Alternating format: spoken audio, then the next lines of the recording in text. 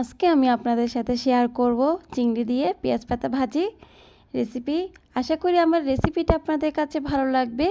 আসসালামু আলাইকুম everyone, welcome to Ayesha's kitchen CTG. পেঁয়াজ পাতা ভাজির জন্য আমি এখানে নিয়েছি হাফ কেজি মতো পেঁয়াজ পাতা কুচি করে নিয়েছি, আর নিয়েছি পেঁয়াজ কুচি, রসুন কুচি, কাঁচামরিচ, টমেটো আর চিংড়ি, আর নিয়েছি একটা মাঝারি সাইজের আলু কুচি করে নিয়েছি। এখন চুলে একটা পাতিল বসিয়ে পরিমাণ মতো তেল দিয়ে পেঁয়াজ কুচি, রসুন কুচি, কাঁচামরিচ কুচি, চিংড়ি দিয়ে তেলের মধ্যে ভেজে নিব। ভেজে নিলে ভালো হয়, ঘ্রাণটা অনেক ভালো আসে। এই আর কি। ভেজে নেওয়ার পরে আমি এখন এখানে মরিচের গুঁড়া 1 চামচ মতো মরিচের গুঁড়া দিয়েছি, আর দিয়েছি হাফ চামচ হলুদের গুঁড়া, আর পরিমাণ মতো লবণ দিয়ে পানি দিয়ে আমি কষিয়ে নিব।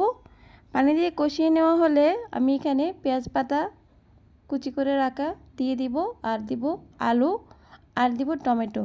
এগুলো দিয়ে নেড়ে চেড়ে আমি ঢাকনা দিয়ে ঢেকে রান্না করব মিডিয়াম আঁচে। এই আর কি। আর আমার রেসিপিটা যদি আপনাদের কাছে ভালো লেগে থাকে আমাকে লাইক কমেন্ট শেয়ার করতে ভুলবেন না। আর যারা আমার ইউটিউব চ্যানেলটাকে সাবস্ক্রাইব করেছেন তাদেরকে আমি অসংখ্য ধন্যবাদ জানাই। আর যারা এখনও করেননি প্লিজ আমার ইউটিউব চ্যানেলটিকে সাবস্ক্রাইব করে নেবেন, পাশে থাকবেন।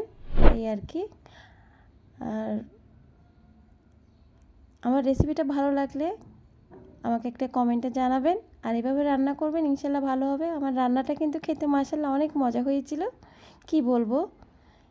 এই আর কি। তো রান্নাটা যদি ভালো লাগে কমেন্টে জানাবেন। আল্লাহ হাফেজ।